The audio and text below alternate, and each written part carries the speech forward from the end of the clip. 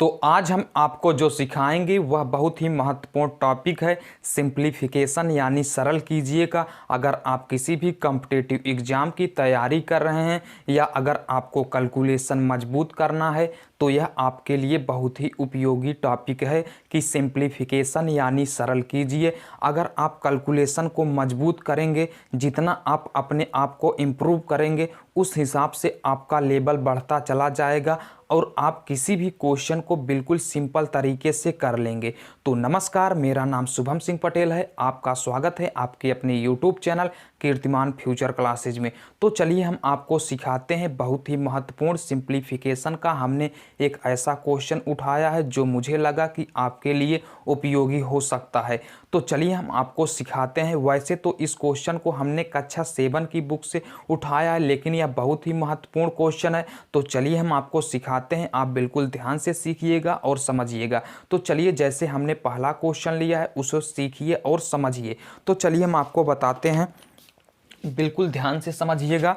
देखिए, is equal to, सबसे पहले हम आपको कुछ बेसिक कॉन्सेप्ट बताते हैं। अगर कोई भी चर या अचर राशि दी गई है, अगर उसकी घात, उसकी पावर क्या हो, अगर 0 हो तो उसका मान 1 होता है।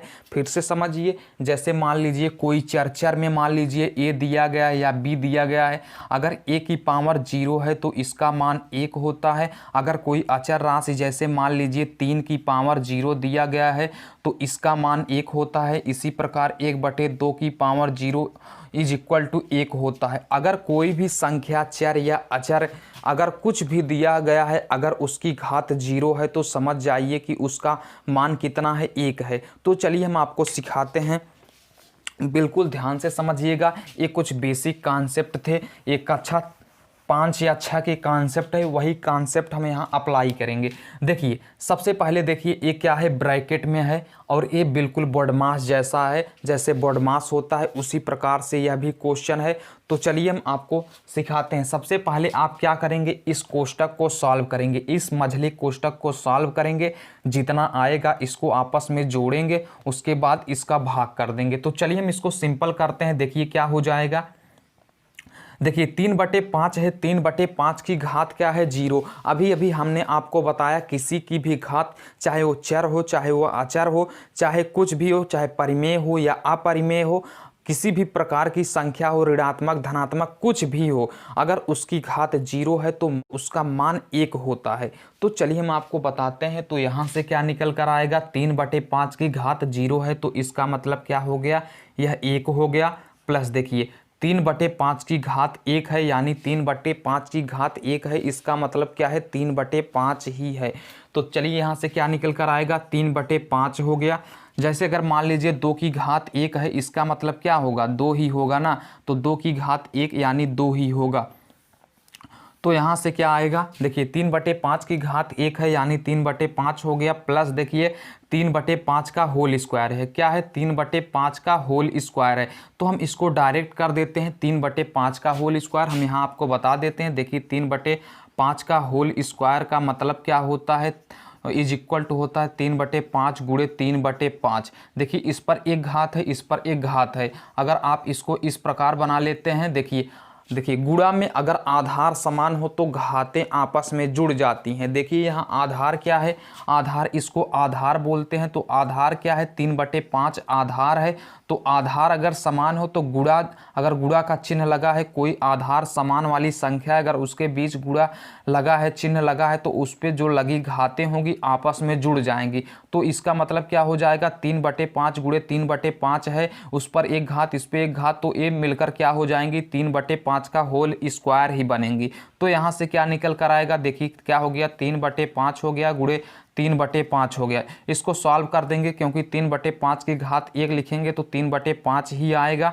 अगर कोई भी संख्या या संख्या है, अगर चर या अचर है, उसकी घात 1 है तो वह संख्या स्वयं होगी। तो यहाँ से देखिए क्या हो गया 3/5 और गुणे 3/5। देखिए गुणा में क्या होता है, ऊपर का गुणा ऊपर और नीचे का गुणा नीचे, यानी 3 त्रिका 9/25 हो गया। यहाँ तक आप समझ गए होंगे, एक कुछ बेसिक कॉन्सेप्ट है। अगर आपको भिन्न का जोड़ घटाना गुणा भाग किसी भी प्रकार की प्रॉब्लम है तो लिंक डिस्क्रिप्शन में है, वहाँ से आप सीख सकते हैं बिल्कुल आसानी के साथ। तो चलिए एक कुछ बेसिक कॉन्सेप्ट थे, एक अच्छा 1-2 के कॉन्सेप्ट हैं, बाकी और कुछ है नहीं इसमें। तो चलिए यहाँ से क्या निकल कर आएगा, 3/5 का होल स्क्वायर करेंगे तो कितना हो जाएगा, 9/25 हो गया। चलिए इसको हम कर देते हैं, अभी मझले कोष्टक में ही रहने देते हैं। भाग करना है कितना का, 7/5। 7/5 का होल स्क्वायर कर देंगे तो कितना हो जाएगा, 49/25 हो जाएगा। जैसे अभी हमने बताया कि देखिए 7 में 7, देखिए ऐसे 7/5 का गुणे 7/5 का करेंगे तो क्या हो जाएगा, 7×7 49/25 हो जाएगा। तो इसको हमने वैसे ही लिख दिया। तो यहाँ से देखिए क्या निकल कर आएगा, ये क्या है, एक भिन्न का जोड़ है। अगर आपको भिन्न का जोड़ नहीं आता है तो लिंक डिस्क्रिप्शन में, वहाँ से आप बिल्कुल डिटेल में समझ सकते हैं। तो चलिए हम आपको भिन्न का जोड़ सॉल्व करके दिखाते हैं। देखिए यहाँ इसके नीचे कोई भी संख्या नहीं है तो आप 1 मान सकते हैं। अगर आप 1 में 1 का भाग देंगे तो 1 ही आएगा। अब चलिए हम इसका एलसीएम निकालते हैं। ऊपर वाला भाग अंश कहलाता है, नीचे वाला भाग हर कहलाता है। तो चलिए हम तीनों भिन्नों के हरों का हम एलसीएम लेते हैं। तो चलिए एलसीएम कैसे लेंगे, देखिए 1, 5 और 25, यानी 1 को तो हम छोड़ देंगे, 1 का एलसीएम नहीं लेंगे। यहाँ देखिए 5 और 25 का एलसीएम लेंगे। या अगर आप इससे ना समझ में आए तो आप इस तरीके से भी कर सकते हैं। अगर वो आपको प्रॉब्लम लग रही है तो आप इस तरीके से भी कर सकते हैं। देखिए 5 × 5 5 3 8 हो गया, 8/5 हो गया, प्लस कितना हो गया, 9/25 हो गया। अब आप समझ जाएंगे हमने क्या किया। देखिए 5 × 5, 5 में 3 को जोड़ेंगे तो 8/5 हो गया, प्लस 9/25 हो गया, भागे कितना हो गया, 49/25। तो यहाँ से हर का हम एलसीएम लेंगे, 5 और 25 का एलसीएम लेंगे। वैसे तो इसका एलसीएम 25 आएगा, लेकिन हम आपको बता देते हैं। चलिए 5 और 25 का एलसीएम लेंगे तो कितने से भाग जाएगा, 5 से भाग जाएगा। एक बार हो गया, 5 हो गया, फिर 5 से भाग दे देंगे तो 1 और 1 आ गया। तो यहाँ से एलसीएम कितना निकल कर आया, यहाँ से एलसीएम निकल कर आया 25। तो आप क्या करेंगे, एलसीएम को नीचे लिखेंगे, या एलसीएम को आप नीचे 25 लिख देंगे। और क्या करेंगे, और देखिए 25 हो गया। अब इस जो एलसीएम निकल कर आया है इसको आप हर के रूप में लिखेंगे। इस 25 में इस 5 का भाग देंगे। देखिए 25 में 5 का भाग देंगे तो कितना बार जाएगा, 5 बार जाएगा। उस 5 का अंश में गुणा कर देंगे, यानी क्या हो जाएगा, 8 × 5 हो गया। हमने किया क्या, जो आया है एलसीएम निकालने पर 25, उस 25 में इस 5 का भाग देंगे। 25 में 5 का भाग देंगे तो 5 बार जाएगा, उस 5 का 8 में गुणा कर देंगे, यानी अंश में गुणा कर देंगे, प्लस का चिन्ह लगाएंगे। देखिए 25 में 25 से भाग देंगे, 1 बार जाएगा, उस 1 का अंश में गुणा कर देंगे, 9 × 1 हो गया। इसको अभी हम मझले कोष्टक में ही रहने देते हैं, भाग कर देते हैं। क्या हो गया, 49/25 हो गया। चलिए यहाँ हम थोड़ा बताते हैं आपको। तो यहाँ से देखिए क्या आएगा, इज इक्वल टू क्या हो जाएगा, देखिए 8 × 5 40 हो गया। ये आप कैलकुलेशन को मजबूत करने के लिए कर रहे हैं। देखिए 9 × 1 = 9 हो गया, बटे क्या हो जाएगा, 25 हो गया। 9 में 1 का गुणा करेंगे तो 9 हो जाएगा, यहाँ बटे 25 हो गया। यहाँ देखिए क्या है, भागे कितना है, 49/25। बिल्कुल ध्यान से समझिएगा। यहाँ देखिए 40 में 9 को जोड़ेंगे तो कितना हो जाएगा, 49 हो गया, बटे कितना हो गया, 25 हो गया, भागे कितना हो गया, देखिए भागे 49/25 हो गया।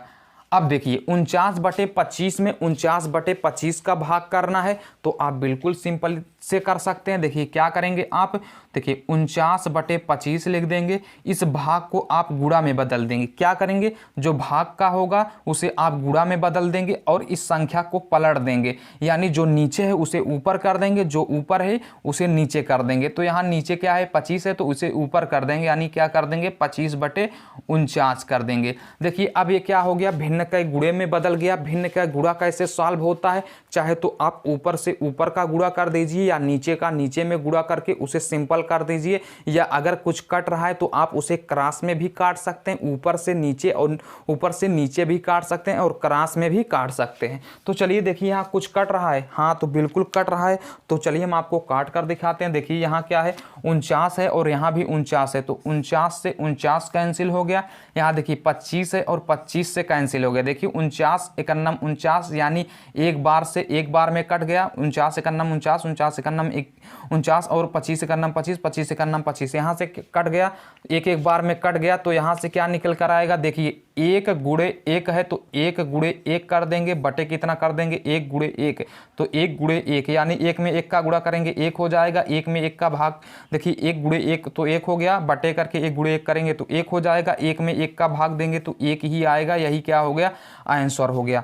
तो आप बिल्कुल सिंपल तरीके से समझ चुके होंगे और इस प्रकार बिल्कुल आसानी से क्वेश्चनों को कर सकते हैं। मेरा मानना यही है कि अगर आप अपने कैलकुलेशन को मजबूत करना चाहते हैं तो आप क्या करेंगे, क्वेश्चनों को सॉल्व करेंगे और बिल्कुल ध्यान से उसे सॉल्व करेंगे और उसके सरल करके उसका आंसर निकालेंगे और अपने आप को रिपेयर करेंगे क्वेश्चनों को सॉल्व करने के लिए। तो चलिए हम आपको एक क्वेश्चन देते हैं, उसे सरल करके आप कमेंट बॉक्स में ज़रूर बताइएगा। अगर आप स्क्रीनशॉट लेना चाहते हैं इस क्वेश्चन को तो ले सकते हैं, अगर आपको पीडीएफ चाहिए तो टेलीग्राम पर भी जुड़ सकते हैं, लिंक डिस्क्रिप्शन में, वहाँ से जुड़ सकते हैं, चाहे आप इसका स्क्रीनशॉट भी ले सकते हैं।